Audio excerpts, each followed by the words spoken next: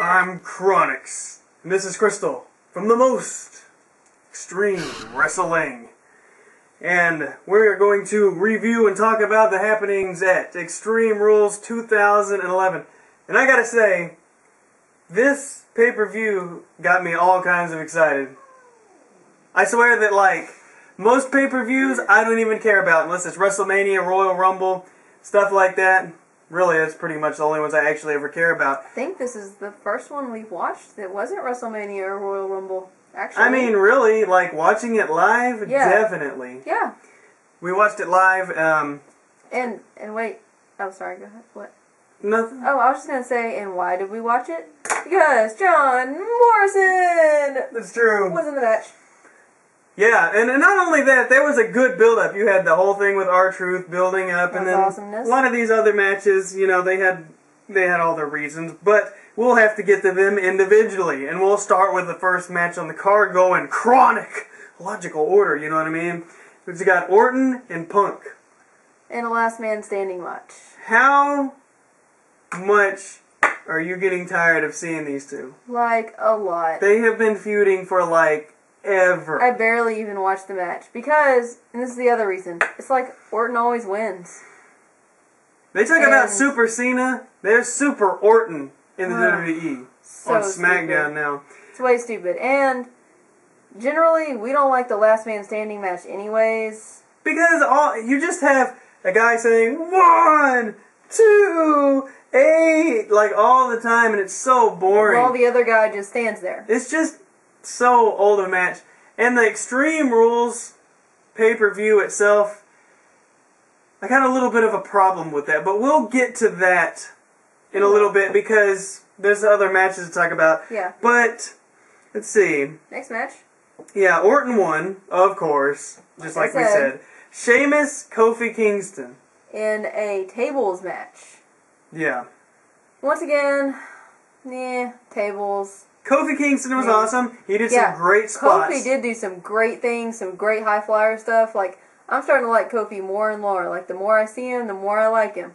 So, I like it a lot. He's doing real good. And I'm seeing less of Sheamus, and Kofi beat Sheamus, which makes me happy because they were pushing Sheamus way too fast and he needed to be pushed. He's got potential and all, but I mean, they were like skyrocketing him to the moon. But not anymore. Now they got him saying political jokes in backstage point. Segments. That was pretty much awful. Yeah, no one's going to even understand what that joke was about in like 2 years. So, but I don't know who's going to be watching this pay-per-view in 2 years. Probably, I don't know. But the next match is Cole Swaggart versus Jerry Lawler and JR. I'm so tired of this. Hold up. I'm getting tired of this. We gotta say the name of this. In the tag team country whipping match. Now, we do live in the country, I would say, but I don't know how many times I've been involved in a country whipping match. I don't think I've ever done a country whooping. I don't think I've ever seen one.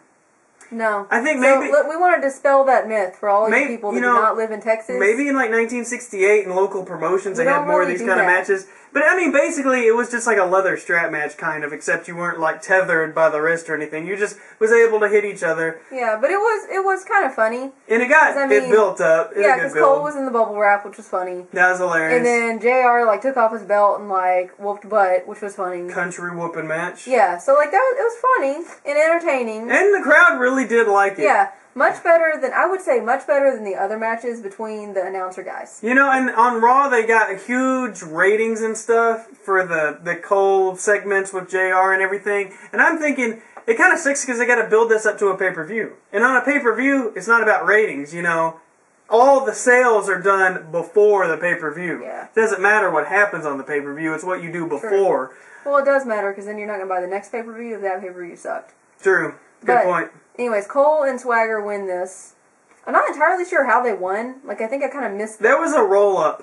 A roll-up. Okay, it was like real quick, because it was like Cole getting his just ass totally laid out, and then he kind of won, and it was real quick and strange. But I guess they just wanted to call it they called it Texas, whatever, country whipping match. But it was what it was. And Booker T kept saying, this is what Michael Cole's mama needed to do. He said that like 10 times. I just want to Booker T just trips me out. He makes me laugh. And he actually commentated the whole night. He did. He did a good job. Thumbs up for that. It was a great day for that. And then Cody Rhodes versus Rey Mysterio. I love Cody Rhodes' gimmick. I know you don't. But you love Rey Mysterio. I like Rey Mysterio. I'm not really sure what the stipulation of the match was. It wasn't mask versus mask or anything. It was a Falls Count Anywhere, which actually turned out to be really cool. Yeah, they fought in the crowd, and that was just kind of like... But then they went to the hallway, and they went to a bar thing. It looks great on television. I'm kind of concerned of what the crowd actually thought of it. Because I think the crowd that was in the hallway was really pumped. Oh, they really did like it because they were chanting "Holy shit" in the hallway, and "This is awesome" in the hallway, which that's never happened. That's thank goodness I had to pee. That was that. Yeah, because they definitely they were like people like you were like, well, screw this match, I'm gonna go to the bathroom, and they're like, oh, they're having the match. Yeah. But yeah, it's gotta suck for people in the crowd because you pay all this money and you get great seats, and then all the action is. The guys in the hall pay money too. True. I just think it was cool because they brought it away. Yeah, I mean it was different, and the way they did it in the crowd, it was a little bit different. Everything on this pay-per-view, was just a little bit different. Except more than average. And, they give you a little bit different stuff. It's not like the same old stuff repeated over and over. But Rey Mysterio ended up winning. Big surprise there. That was cool, though. I guess the feud probably will continue. I don't know. Stupid. Hopefully not. But then Michelle McCool versus Layla. In a no count out, no disqualification, losers leave match. WWE. And Layla. Yeah. Oh, we want to make... This is Kronicz and Kristol's official, sort of thoughts predictions. We're thinking that maybe Michelle McCool is leaving because she's pregnant with Undertaker's baby. Yeah, you got to continue that. So we're thinking that because it's about time. It's why else would she leave? She didn't make anybody mad or anything. And Taker's getting a little past his prime. It's about time to start popping out the kids. I mean, that TC level, it's going down a little bit. That's right. So we got it. So that's kind of what we're thinking. We're not going to be surprised if it comes out. Yeah, and so the match continues, and Layla ends up winning, which was great. And they had a little emotional moment, and then the greatness happens. Dun, dun, dun, dun, dun. Karma. It's time for some harm, and she comes out with this Hugh Morris type gimmick. Man, it was great. And she's like, the music was great. And she did this great psycho thing with her eyes, and she just weird laughing thing. It was great. She was cool, and and then her name Karma made Michael Cole be able to say the joke. She has enough karma to go around, which really amused me for some reason. And she's this big chick and everything. She's the new big sexy, because she does look good. She's pretty in the face, and she's badass. I mean, she's really cool. I bet TNA was just I am so pumped for her to be more on Raw now and stuff. I'm so pumped to see her more. They showed all the divas in the background, and they were all like, "Ooh, we're gonna die." Hi, Sophie. Oh, but not you, Sophie. Don't worry, Karma. She's not gonna be getting you. No. Not unless you did something bad. Okay. Okay. Then we have Christian versus Del Rio in a ladder match for the heavyweight championship. I was unsure about this because I was thinking, I didn't want Del Rio to win, and I didn't want Christian to win, because I thought if Christian wins, it's kind of a sympathy win for him. I don't know why you're so against that. I just felt the way they would do the match, it would end up making Christian look like he was handed the belt and didn't earn it. But it didn't. Well, we got into the match, and there was some pretty hard bumps in this match. I was kind of surprised. Yeah, but look, I want to take a moment real quick. Just pause. For ladder matches. To talk about ladder matches in general. I hate ladder matches. You hate them all. I don't know if I hate each and every one of them. They all are generally the same. Kind of in general, I do not like them because they expose the business way too much. Yeah, we all know that wrestling isn't real, but I have to be able to suspend my disbelief just a little bit to enjoy it. Just a teeny little bit, And I can't do that when you have these things where they're climbing the ladder this slow. Oh no, I can't get there. Come on, dude. And then the other thing that makes me mad is they get halfway up the ladder and they're like, I can't reach it.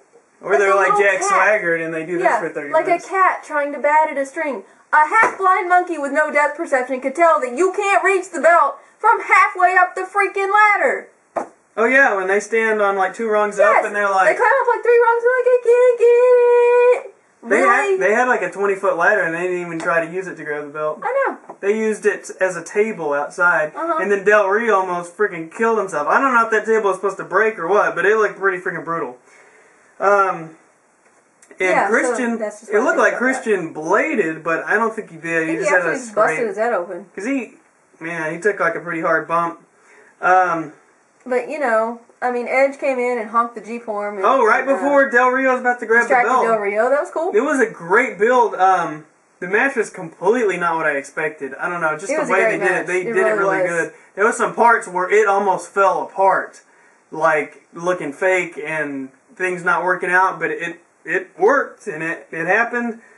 And Christian became champion, and it was a great moment. And it was a big emotional moment with Edge and Christian. Like, I almost cried. Yeah, there was some hugs. It was sad. Being they were passed both around. like boohoo, and it was good. But that is not the end of the night, no. No, but that was a really, really good moment, I think. Yeah.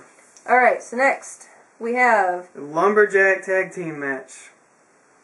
All the jobbers outside. We even saw Apple come out there. designated bathroom break.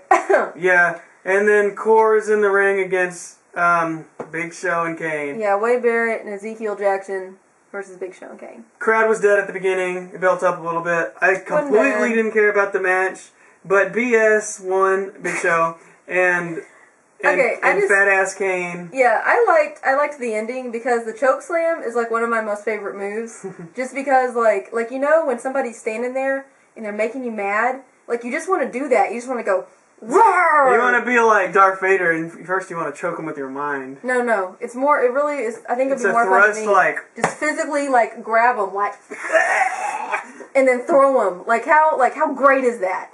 But I liked it because the Big Show and he's this giant guy and he's just like roar to Wade Barrett, who I don't like anyways. So.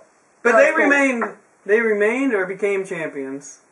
They remained champions. Yeah, I think so. Yeah. Oh, and then there was this weird moment.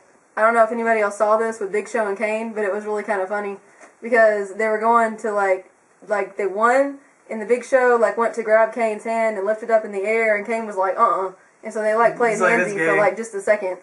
It was really weird. That was pretty funny. So we laughed at that, but it was a pretty cool match. Next, we're going to go into a cage match, but I want to get this out of the way. Oh. Speaking about all these matches, it's like all these matches, I think if you have like one on the entire card, it's okay, but when you put them all together, I think it exposes the business too much in the fact that like the last man standing, it's like, oh, you get hit with the finisher, you're down forever. That never happens in any other match. You got like tables matches and the way they fall through them. The ladder matches where they climb all slow, but you get to the cage match, and when they need to climb, they climb like 100 miles an hour, you know, so... Monkeys. Like, the dynamics and, like, the logic and just, I don't know, everything changes. Like, gravity even changes. It's ridiculous from match to match to match, but, you know, that's a very small complaint, and, you know, it's wrestling. So, whatever. But it was good, so, you know, you can't think about it too much. Triple threat. Hold on. I would also like to add something right here before we get into the match. I want to talk about the kid plants in the crowd. Oh. Because, you know, when Rey Mysterio came out, there's these two kids right on the end, and they're both wearing Rey Mysterio masks. I can't talk all of a sudden. Rey Mysterio masks, and they look all cool and happy. And then full WWE merchandise. Yes. Yeah, and there's this other kid, like, on the end, and he's wearing a Morrison shirt, and I'm thinking, that's the Morrison plant. Because... This is how you know. Because, like, Rey Mysterio walks up to the two kids. Are the two kids, like, grabbing him and touching him they're and like trying this. to hug him? They're like, hey, man, sup? They don't even talk. So then, yeah. They headbutt. Yeah, and so then Rey Mysterio gives him the mask, okay? So then, you know, I spotted the Morrison plant at this point. Well, then, you know, Morrison comes out, and he goes to the kid that I spotted, who, again, is not excited, not jumping up and down, not trying to hug him, just stands there and lets him put the glasses on. And...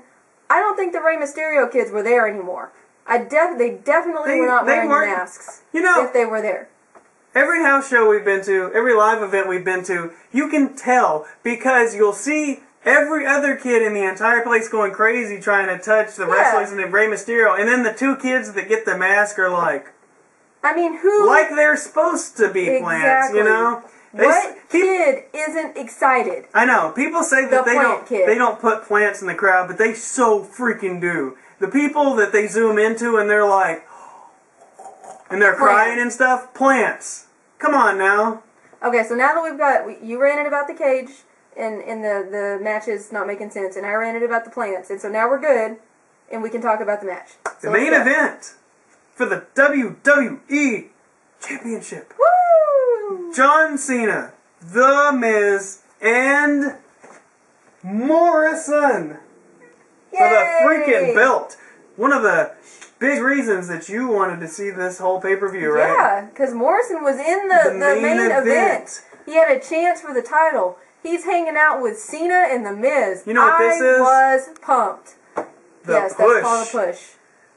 Ooh, he's getting pushed. Excuse me, hold on. There's like a cat fight about to break down here. Oh, no. We're good now. Possibly.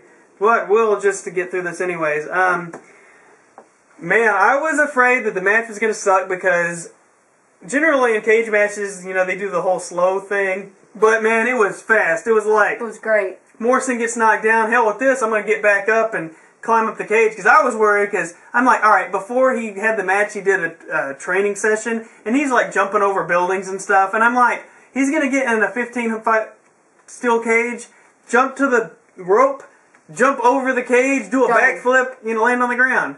Wait, but it was 30 feet, not 15. It's not 30 feet. They said 30 feet like 10 times. No way. I'm not saying it's true. I'm just saying that's how tall it's supposed to be. At the tallest, it's 15 foot. At the tallest. No, because Booker T said they're 30 feet in the air like 15 times. No. But I just want to go ahead and say that. Hell in a Cell's not even 30 foot. It's like 20 foot. Anyway. At the most. Moving on. Just like the Elimination Chamber weighs 30 tons, like any freaking building can stand 30 tons in the middle. You know what that means. But anyways, the match was great. Morrison looked good. There was so many times if he was anybody else, he would have fell on his ass and ruined the match and won the belt on accident, falling out of the cage. That's true, but he did great.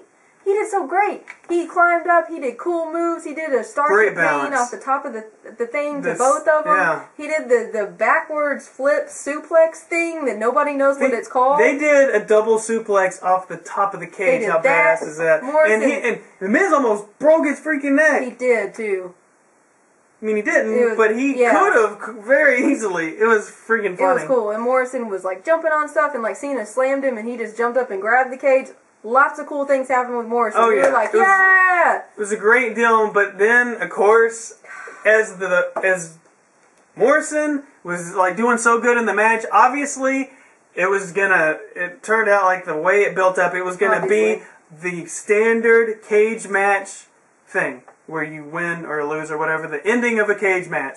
You're about to win, you're like the guy everybody wants to win, but you know you're not gonna win. You're like, I'm gonna get out, and then everybody's cheering, it's our truth! And all of a sudden it's like, hold on, let me get a different trait, but it's like, kabam! Yeah, and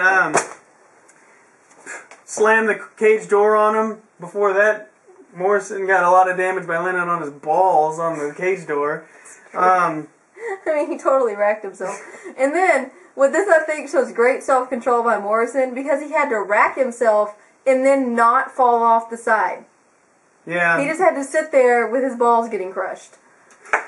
It's the ball-crushing finale. I mean, because he was just like, and then instead of going like this, he had to just, hang out. Yeah, it was like, he was wedged out, it was like up his ass. It was like... But, and then, R-Truth inserts himself into the match and continues to kick ass. Yeah. It was beat the crap out of great cage match. I mean, I have not seen a cage match like that since, like, I don't know, since Kurt Angle and somebody else, I can't even remember, was in a match. It was great. But obviously it came down to where Morrison wasn't going to win. Well, we knew Morrison wasn't going to win, so then I was like, alright, well, it has to be The Miz. The Miz can stay champion. Absolutely. There's absolutely no need for John Cena to be champion again. I know, right? Because he's got... But we were wrong. I would have really been okay with The Miz winning. That would have been okay. He's a newer guy. He needs the belt. He needs something to do. But why does John Cena have to win the championship for the 10th time? So on Raw, when The Rock comes back for his birthday, he can have the belt. What does it matter? I know, it doesn't make any sense, but that's got to be it. I mean, The Rock can't win the belt. He's not even a wrestler. Even at WrestleMania, he can't win the belt. It's just stupid. I mean, it's ridiculous. I really think, I'm just so so tired of these same guys. I was getting He's the 10-time I know. WWE champion. I was just getting so pumped because the new guys were coming up. You know, you had The Miz as champion, you had Morrison coming up, you had R-Truth coming up.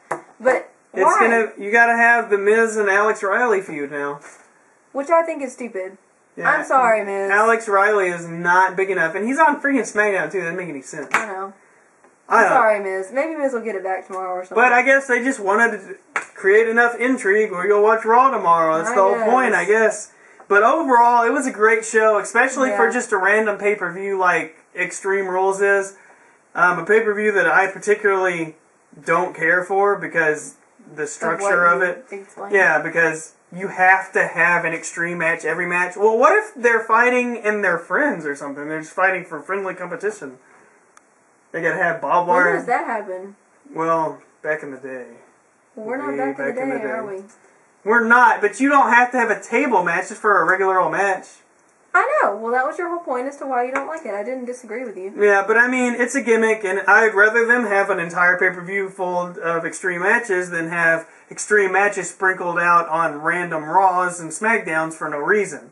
You know, for building a pay-per-view on Raw, having an extreme match makes no sense. So it makes more sense to have regular matches on TV and then have an extreme match at the pay-per-view where people are going to pay the money. So I guess it does make sense. But it was a great show, and that's all I got to say about that. So stay tuned for tomorrow. We'll have the Raw review, and then after that we'll have another Raw review. You have several videos coming out. Where I think, don't you need to say something to me tomorrow with the Raw review? What are you talking about? Yeah, you know. I think they know, but I don't know.